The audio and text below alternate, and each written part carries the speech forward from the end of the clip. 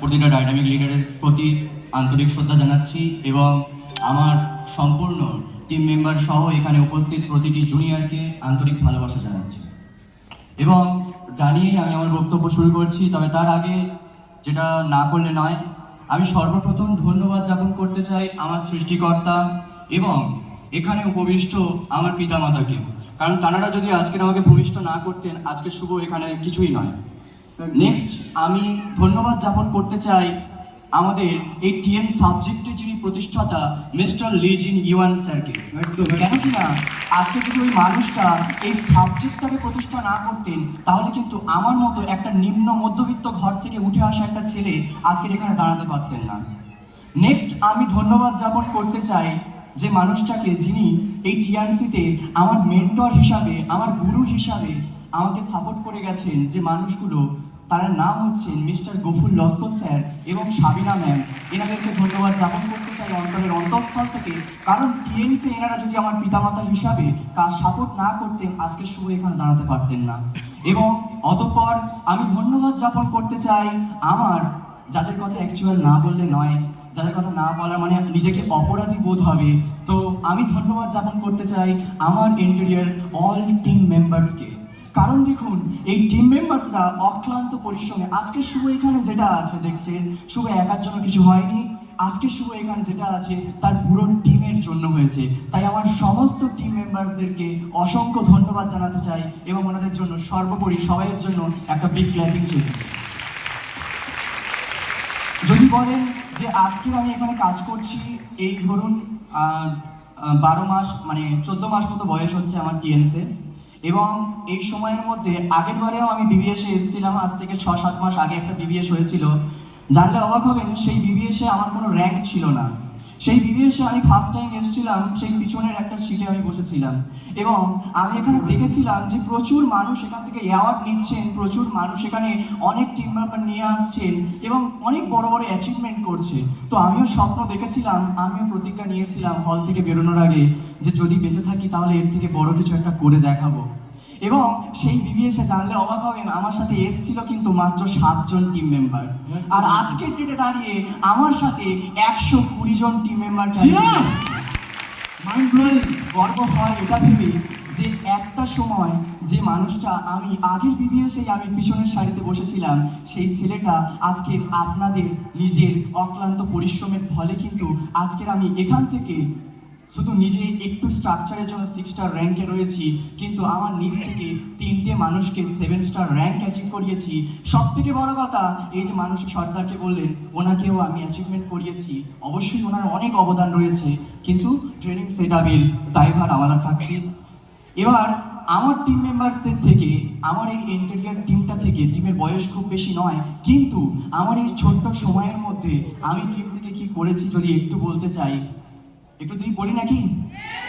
দেখুন, আমি আমার টোটাল টিম মেম্বার থেকে 2টো বাচ্চা মানে 2টো আন্টি এবং আঙ্কেল, দুজনে কিন্তু অলরেডি এখান থেকে বালি ইন্দোনেশিয়া ট্যুর অ্যাচিভার অলরেডি বেরিয়ে গেছে। এবং শুধু ওনারা দুজন নয়, আরও দুজন, আমি সহ আরও একজন কিন্তু বালি ইন্দোনেশিয়া ট্যুরে যাচ্ছি। এবং তাছাড়াও এখান থেকে আমার টিম থেকে টোটাল এখনো পর্যন্ত 7টা স্কুটি অ্যাচিভার বের করেছি এবং কথা দিচ্ছি যে ডিসেম্বর 2026-এ আমার টিম থেকে মিনিমাম 2টো গাড়ি আমি বের করছি এবং আশা করছি দেখুন সব কিছু আপনাদের জন্য। আর আমি জানি যে আপনারা সবাই আমাকে ভালোবাসেন এবং আশীর্বাদ করবেন, দোয়া করবেন যেন আগামী দিনে আরও বড় হতে পারি, এই স্টেজে যেন অনেক বড় হতে পারি। ধন্যবাদ। Thank you so much. অসংখ্য ধন্যবাদ শুভজিৎ প্রামাণিককে, অসংখ্য ধন্যবাদ। এবং আজকে তিনজনের সত্যি অনেক মূল্যবান স্পিচ, আমরা এখান থেকে অনেক কিছু শিখলাম। আপনারা শিখলেন?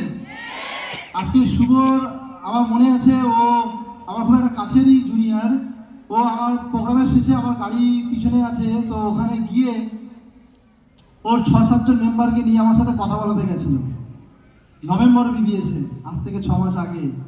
সেই শুভর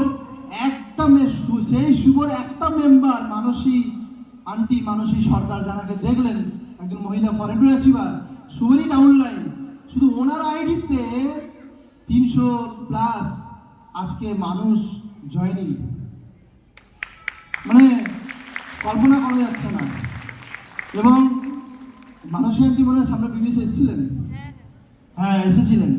তো ভেবে দেখুন যে মানসী আজকে সামনের বিবিএস এসেছিলেন, এখানে কজন মেম্বার নিয়ে এসেছিলেন? 5 জন মতো মেম্বার নিয়ে এসছেন। সেই মানুষটার আজকের ডেটে 300-র উপরে মেম্বার। একটু কি চিন্তা করছেন নাকি খিদে পাচ্ছে? হ্যাঁ, এইগুলোকে একটু ভাবলে খিদে পায়? এইগুলো একটু ভাবলে বোরিং লাগে? এইগুলো একটু সত্যি তাই একদম, এইগুলোই যদি আমরা একটু চিন্তা করে দেখি যে মানুষের চেষ্টা, ওই নিজস্ব একটা জ্বালার জেদ না থাকলে কখনো দিন কেউ আপনাকে কানের কাছে বলে বলে বলে বলে আপনার অ্যাচিভমেন্ট হবে না। নিজস্ব একটা চাহিদা থাকতে হবে, নিজস্ব একটা জ্বালা। এবং আপনারা শুনলে অনেকে অবাক হবেন, অনেকে দূর থেকে অনেক কিছু হয়তো ভাবেন। আমি ওদের সবার টপ লিডার হয়ে বলছি, আমি ওদের সেটআপে এই ওর টোটাল 1 বছর 14 মাস টিআরসিতে, এই 1.5 বছর প্রায় হতে যায়। এই 14 মাসের মধ্যে সুবোধের সেটআপে আমি একবার মাত্র গেছিলাম। তাহলে যে সেটআপে আমি একবার মাত্র গিয়ে ট্রেনিং করে এসেছিলাম, 2 ঘন্টা হয়তো হবে, সেই সেটআপের আজকে 400-র উপরে আজকে মানুষ, সেই সেটআপে আজকে এত অ্যাচিভার। তাহলে এটা কি? আর যে সেটআপে আপনার সিনিয়র দিন রাত আপনাকে সাপোর্ট দিচ্ছে, আজকে শিখে যান। তাহলে আপনার ইচ্ছে শক্তি আপনাকে শেষ করে দিচ্ছে। আপনার ইচ্ছে শক্তিটা বাড়াতে হবে। কোন আপ সিনিয়রের বিশাল সাপোর্ট হলেই বিশাল বিজনেস হয় না।